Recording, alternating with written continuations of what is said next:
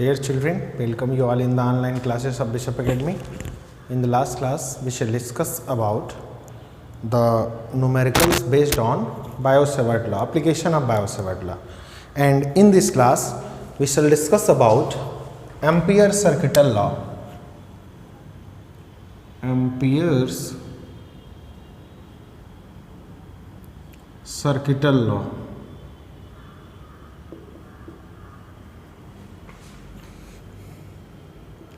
Ampere's circuital law. Okay. First of all, we have to know about what is Ampere's circuital law. As we know that there is a Gauss theorem in the electrostatic chapter, which is alternative of Coulomb's law. In the same manner, Ampere's circuital law is the alternative of Biot-Savart law. Okay. Means जैसे हम Gauss theorem से electric field पता करते हैं और उसी तरह से एम्पियर सर्किटल लॉ से हम मैग्नेटिक फील्ड पता करते हैं. ठीक है. गॉस थ्योरम जो है वो आपका कुलाम्स लॉ का अल्टरनेटिव है और एम्पियर सर्किटल लॉ जो है वो आपके बायो-सेवर्ट लॉ जिससे मैग्नेटिक फील्ड पता करते हैं उसी का क्या है अल्टरनेटिव है. यानी कि इसमें हम आसानी से डिफरेंट शेप्स के करंट कैरिंग कंडक्टर्स का मैग्नेटिक फील्ड पता कर लेते हैं एम्पियर सर्किटल लॉ यूज़ करके, जिनमें बायो-सेवर्ट लॉ लगाना डिफ़िकल्ट होता. ठीक है. उसको भी ये सॉल्व कर देता है. अब बात आती है कि आखिर ये है क्या और इसका स्टेटमेंट क्या है. तो एम्पियर सर्किटल लॉ का एक स्टेटमेंट है, according to Ampere's circuital law, according to Ampere's circuital law, the line integral of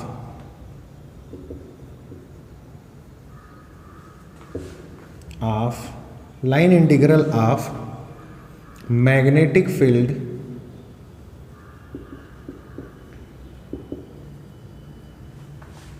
over any closed loop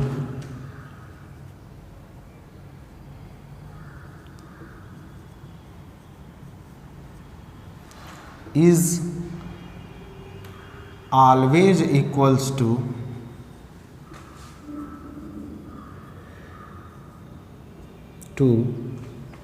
mu naught times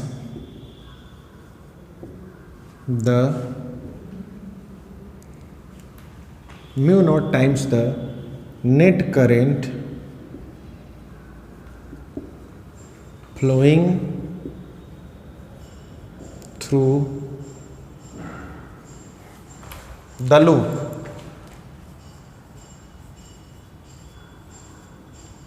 ठीक है.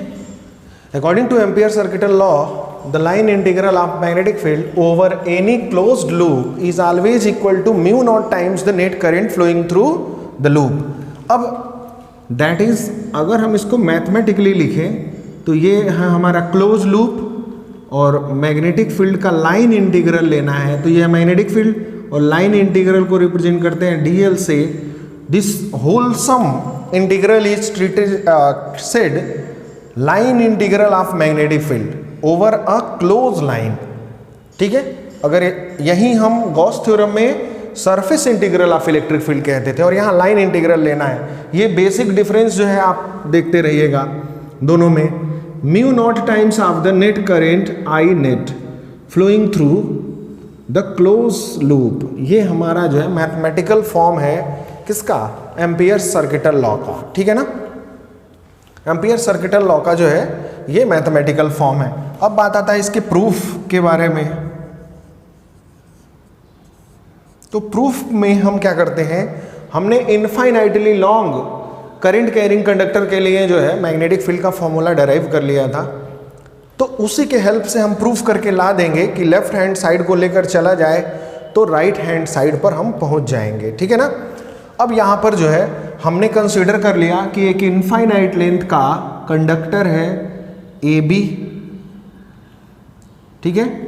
जिसमें I करंट फ्लो हो रहा है ऊपर की तरफ, and the magnetic field at point P which is R distance from the conductor is given by, यहां पर हम लिखेंगे the magnetic field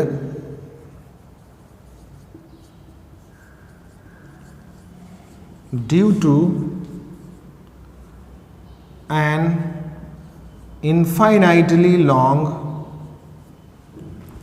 straight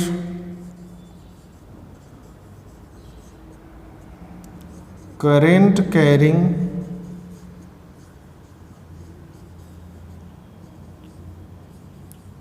conductor, infinitely long straight current carrying conductor at point P is given by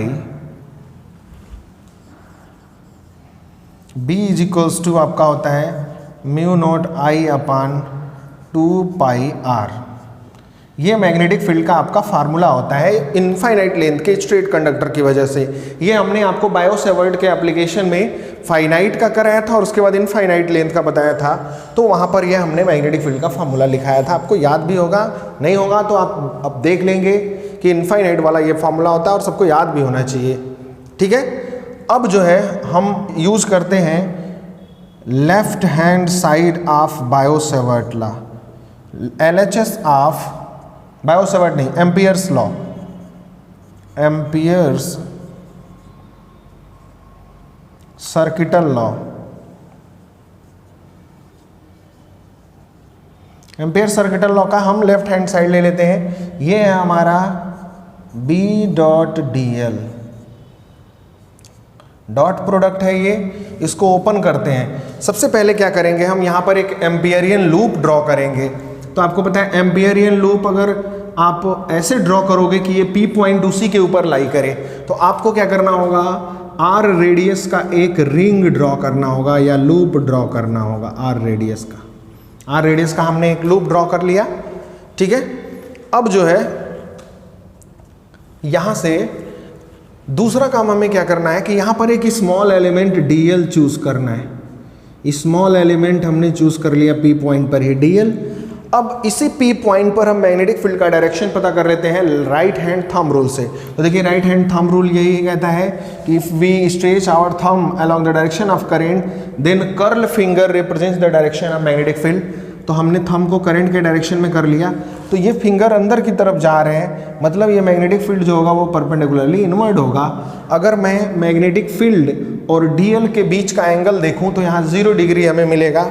तो ये हो जाएगा हमारा close integral B, देखो डॉट प्रोडक्ट को अब हटाते हैं, B into dl cos 0 degree ये हम लिख सकते हैं। ठीक है, आप जानते हो A dot B equals to होता है AB cos थीटा, जहाँ थीटा B और dl के बीच का एंगल होगा, तो वो एंगल हमने वहाँ आइडेंटिफाई कर लिया 0 डिग्री है।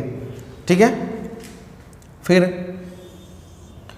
अब हम क्या करते हैं, इसको आगे प्रोसीड करते हैं। cos 0 का वैल्यू हो जाएगा 1, और चूंकि लाइन के फॉर्म में इंटीग्रल करना है तो b इंटीग्रेट नहीं होगा, as a constant it is taken outward from the integral. तो ये हमारा हो जाएगा b into close integral dl, और cos 0 का वैल्यू 1 हो जाएगा। ये सब लेफ्ट हैंड साइड हम लेके चल रहे हैं। अब जो है आगे बढ़ते हैं, close line integral of dl। सबसे पहले देखो dl हमने जो है इस लूप के ऊपर चूज किया है, और ये जो dl छोटा सा लेंथ है, अगर इसको पूरे क्लोज लूप पर हम इंटीग्रेट करें तो आपको पता है कि ये dl जब स्प्रेड होगा तो पूरे क्लोज लूप के लेंथ के इक्वल हो जाएगा, ये पूरे क्लोज लूप के लेंथ के इक्वल हो जाएगा। तो यदि हम इस पूरे को क्लोज लूप के लेंथ के इक्वल करें तो ये हो जाएगा हमारा b इंटू dl का वैल्यू हो जाएगा आपका 2πr। अब ये कैसे मैंने 2πr लिख दिया, ये चूंकि सर्कुलर रिंग है और आपको पता है सर्कल का जो सर्कमफेरेंस होगा वो होता है 2πr। फिर से समझ लो, ये जो dl है ना, एक छोटा सा स्मॉल सा लेंथ है, मैं चाहता हूं इस पूरे क्लोज लूप का लेंथ पता चल जाए, क्योंकि ये क्लोज इंटीग्रल ऑफ डीएल है। इंटीग्रल आप जानते हो एज अ सम यूज किया जाता है, मतलब कि अगर इस डीएल को हम इंटीग्रेट करेंगे पूरे लूप के क्रॉस तो ये पूरा लूप ही आ जाएगा, हो जाएगा 2 पाई आर। बी का वैल्यू अगर हम यहाँ से पुट करें, जो इनफाइनाइट लेंथ के वायर के लिए हमने चूज किया था, तो ये हमारा है mu not I upon 2 pi R, और यहाँ भी है 2 पाई आर। ये 2 पाई आर कैंसल आउट हो गया और ये आ गया आपका mu naught into net current आई। ये हमारा है राइट हैंड साइड। देखिए बायो सेवर्ट का हमने लेफ्ट हैंड साइड लेके चला और सॉल्व करते करते हमारे पास लास्ट में मिल गया राइट हैंड साइड। हेंस हम लिखेंगे hence close integral of B dot d l is equals to mu naught into I. ये प्रूव हो जाएगा क्योंकि हम लेफ्ट हैंड साइड लेकर के चले और प्रूफ करते हुए आए तो हमें राइट हैंड साइड मिल गया। तो ये दोनों साइडों को हम क्या कर देंगे, इक्वल लिख देंगे, और यही तो हमारा ये एम्पियर सर्किटल लॉ का स्टेटमेंट है, यानी कि मैथमेटिकल फॉर्म है।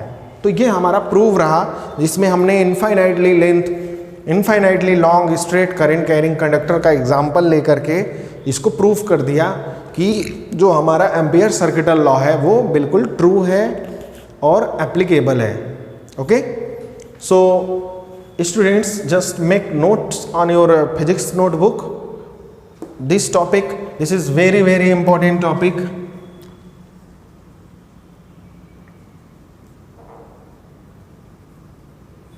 वेरी इंपॉर्टेंट टॉपिक है। मान करके चलिए कि लगभग मैग्नेटिज्म से जो है 3 मार्क्स का क्वेश्चन एम्पियर सर्किटल लॉ और इसके एप्लीकेशंस में से मिलना ही मिलना है, वो इवन न्यूमेरिकल के फॉर्म में हो या फिर थ्योरी के फॉर्म में हो। ठीक है, तो अच्छे से इसको प्रिपेयर करेंगे, और यदि आपको इसमें कोई भी स्टेप आपको नहीं समझ में आता है तो कमेंट बॉक्स में ज़रूर लिखें, बताएं, आपके प्रॉब्लम्स को रिजॉल्व किया जाएगा। ठीक है, तो इस तरह से ये टॉपिक फिनिश हुआ। इसी के साथ क्लास को समाप्त करते हैं। Thank you, have a nice day.